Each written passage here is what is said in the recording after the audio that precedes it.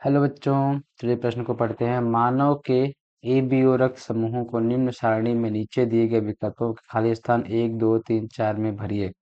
मतलब मानव का रक्त समूह दिया गया है, उसकी सारणी दी हुई है, उसमें से ए बी 1 2 3 4 खाली स्थान दिए गए हैं, उसको हमको भरना है। तो चलिए देखते हैं प्रश्न की मुख्य अवधारणा क्या हो जाएगी।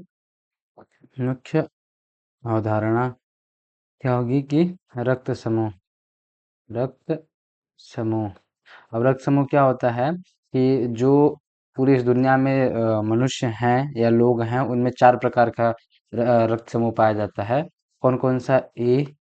बी ए बी और ओ। अब इनमें क्या होता है कि कुछ कुछ एंटीबॉडीज होते हैं। अब किसी में एंटीबॉडीज कौन सा होता है, किसी में एंटीजन कौन सा होता है, इसको देखेंगे और कौन सा दाता समूह होता है। तो चलिए देखते हैं, एक चार्ट के फॉर्म में हम भी देखते हैं इसको। तो अगर हम देखें कि अगर रक्त समूह कैसा हो जाएगा, रक्त समूह अगर देखें हम इसको अच्छे से, तो अगर देखें इसको तो समूह रक्त समूह और उसका एंटीजन एंटीजन और क्या देखेंगे हम? एंटीबॉडी को देखेंगे और इसका दाता समूह कौन सा होगा, दाता समूह कौन सा होगा। तो अगर हम देखें एक एक करके सबको, तो अगर हम ए ब्लड ग्रुप को देखते हैं, ए ब्लड समूह को, तो उसमें एंटीजन कौन सा होगा? ए। लेकिन उसमें एंटीबॉडी कौन सी होगी? हमें एंटीबॉडी को स्मॉल लेटर में लिखते हैं, लेकिन हम अपने जो चार्ट दिया है उसके हिसाब से लिखेंगे। तो एंटी क्या होगा? Anti B. इसमें उल्टा होता है, अगर एंटीजन ए है तो एंटीबॉडी कौन सी हो जाएगी? अगर एंटीबॉडी बी हो जाएगी। और इसका दाता समूह कौन सा होगा? ए।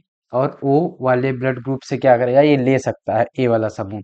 अगर हम बी का देखें, अगर बी रक्त समूह का देखते हैं, तो बी रक्त समूह में हमारा क्या होगा? एंटीजन कौन सा हो जाएगा? बी। लेकिन एंटीबॉडी कौन सी हो जाएगी? Anti A. तो ये किस किस से रक्त ले सकता है? बी समूह वाला बी से ले सकता है और ओ से ले सकता है। और ऐसे ही अगर हम रक्त समूह ए बी को देखें, तो इसमें एंटीजन कौन सा होगा? ए और बी। एंटीजन कौन सा होगा इसमें? ए और बी। और इसमें एंटीबॉडी कोई भी नहीं होती है, कोई भी नहीं, एंटीबॉडी कोई नहीं होती है। और यह किससे किससे ले सकता है? तो ये ले सकता है ए से ले सकता है, बी से ले सकता है, ए बी से ले सकता है। कौन ले सकता है? और ओ से भी ले सकता है। कौन? ए बी समूह वाला व्यक्ति या जिसके शरीर में ए बी रक्त समूह है।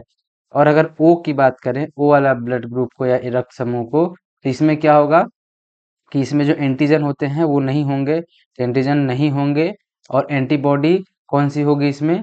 Anti A.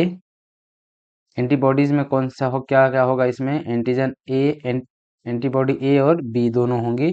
तो एंटी ए और बी दोनों होंगी। और यह किससे रक्त ले सकता है? तो यह रक्त सिर्फ ओ वाले समूह से ले सकता है, ओ समूह से ले सकता है। मतलब अगर हम इसको देखें, तो सार्वजनिक दाता कौन सा हो जाएगा हमारा? सर्वदाता ओ। ओ क्या होगा हमारा? सर्वदाता।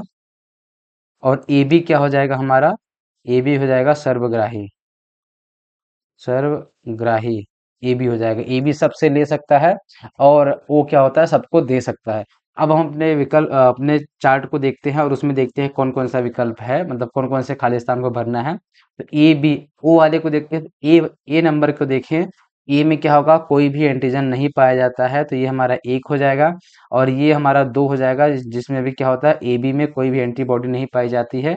और 3 में क्या हो जाएगा? ओ समूह में एंटीबॉडी ए और बी पाई जाती है। और 4 क्या हो जाएगा? ओ। तो अगर हम इसको लिखें, तो इसमें क्या हो जाएगा कि हमारा 1 नंबर वाला कौन सा होगा? 1 नंबर। तो 1 नंबर नहीं हो जाएगा, 2 नंबर भी नहीं हो जाएगा। और 3 नंबर में एंटी ए और बी हो जाएगा। और 4 में ओ हो जाएगा। अब हम देखते हैं कि ये कौन से विकल्प में आता है। 1 में नहीं, 2 में नहीं, 3 में क्या हो जाएगा? Anti A. तो ये गलत हो गया, तो पहला विकल्प गलत। दूसरे में क्या है? दूसरे विकल्प में ए 1 में नहीं, 2 में नहीं, 3 में एंटी ए और बी है। लेकिन 4 में ए बी नहीं होगा, इसमें ओ होगा, तो ये गलत हो जाएगा।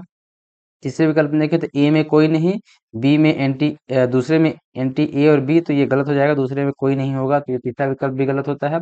चौथे विकल्प में देखते हैं, तो पहले में कोई नहीं, दूसरे में कोई नहीं, तीसरे में एंटी ए और बी, और चौथे में क्या होगा, ओ। तो हमारा क्या होगा, चौथा विकल्प हमारा सही हो जाएगा। हमारे प्रश्न का सही विकल्प क्या हो जाएगा, विकल्प नंबर 4। आशा करते हैं आपको दिए गए प्रश्न का उत्तर समझ आया होगा। धन्यवाद।